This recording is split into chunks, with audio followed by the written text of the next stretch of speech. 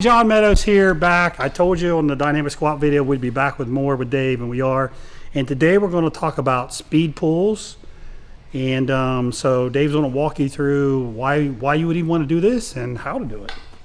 It's odd coming from somebody that pretty much hates the deadlift, but the reason I'll put the speed pulls in is the deadlift isn't just about every training program that you're ever going to see. And one of the biggest complaints, or I don't even want to say it's a complaint, but one of the questions that we always get is how can I deadlift and not hurt my back? Because they always think deadlifts are a bad exercise, and they're not. And it's not necessarily a bad exercise for your back either. Just people just don't know how to do it. So again, this is being put in there kind of like the speed squats were for technical reasons. Outside of just the technical reasons, a lot of people who do have back issues, it usually isn't from the training. It's because they pick up wrong. You know, they pick up a laundry basket. I mean, just think of your own past. And when your back went out, there's many reasons for why your back went out. Putting a pair of socks on. Yeah, McGill's got all, it goes, if you want to know more about that, go to McGill, right? But a lot of it comes from just really, really bad technique on how to pick things up. So with the speed pulls, we're keeping the load, keeping the weight lighter, so you can reinforce that. Where, you know, the singles, you know, so the rest periods are going to be very low as well. So again, it's going in there for conditioning, and you got to keep in mind anytime you are in the gym doing anything, you're picking stuff up. You're picking dumbbells off the floor. So just a basic movement pattern of picking things up needs to be reinforced in any program, especially bodybuilding programs, because the further you move away from Olympic lifting and powerlifting, the further you start to move away from how many things you're actually picking off the floor, because bodybuilding incorporates more machines and stuff like that. So anytime you can slip it back in there, to me, it's a good thing. Here's how I look at it. You can lie about how much you lift, but you can't lie about what you look like. But I always remember on my deathbed how much I lifted. I ain't going to remember what I looked like. All right, let's do a I'm never going to think back on my deathbed of how good that selfie looked. I will think about that bar in my back.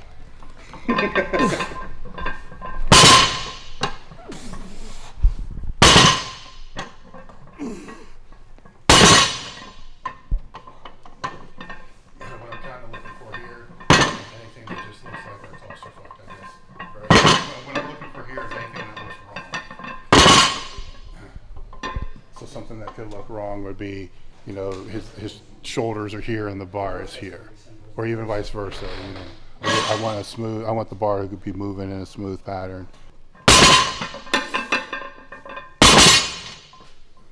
Don't start with your lats loose. No, your lats are almost like this. Oh, okay. Like that when you start. Too far on the front this way? Yeah. Okay. See how it right there? See where his lats are stretched out like that? He can't start like that. He's got to start with his lats packed down. Okay. Even more.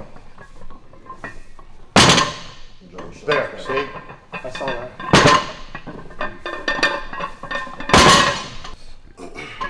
Get it real close to you.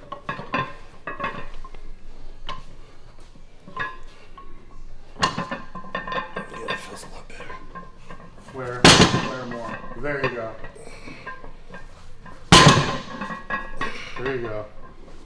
All right, let's see how this one feels. Okay, pack my lats.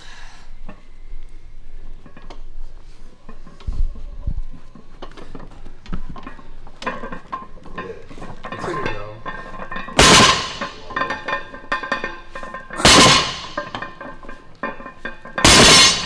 A little better. Feels a lot more stable at the bottom. It's going to be weird for you because you like to contract real hard at the top of each movement, but you're starting with it already contracted. Yeah. You know, so yeah. Focus maybe on contracting the traps or something else hard instead of the lats. Just let them stay tight. Gotcha. There it is, right there. Good.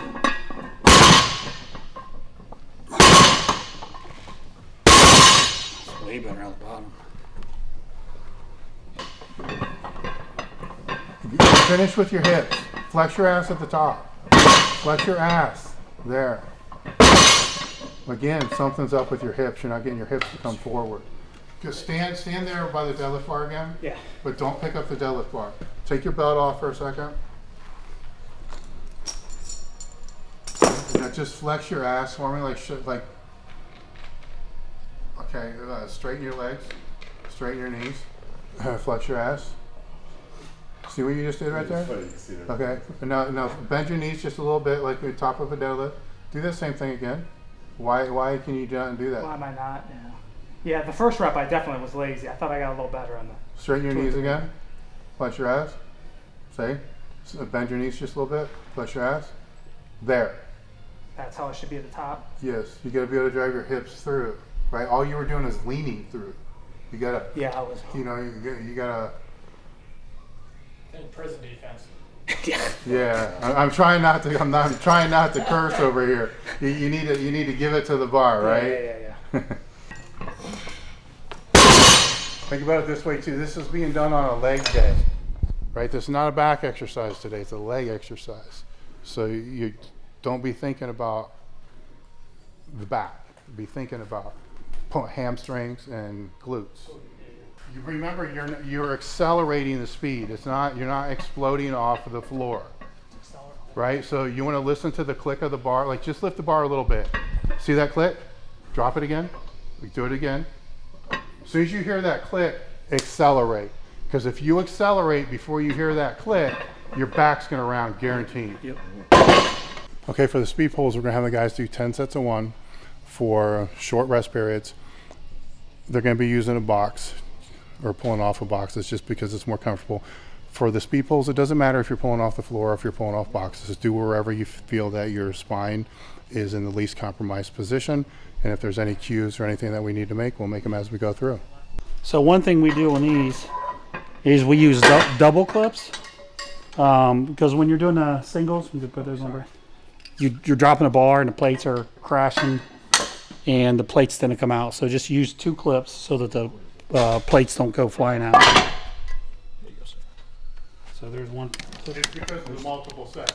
Yeah, and they were doing set after set after set, so they keep banging and moving out.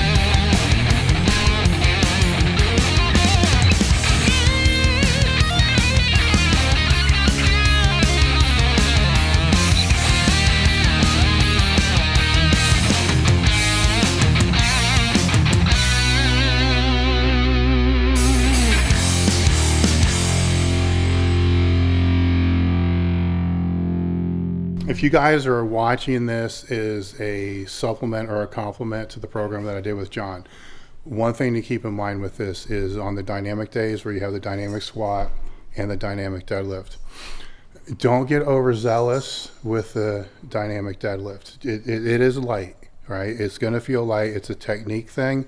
What you guys need to understand is this isn't being put into a program as a 100% strength program.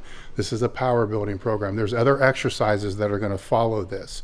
So part of me wanted to have them do a challenge set on the last one, like do 15, do 20.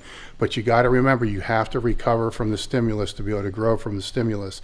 And there's still things that come after this. So hold back on that. Just do the work on the speed pulls. Just do the work as it is and just leave it be, and then use the other exercises as we progress through the program to push super hard. That's not what this is intended for.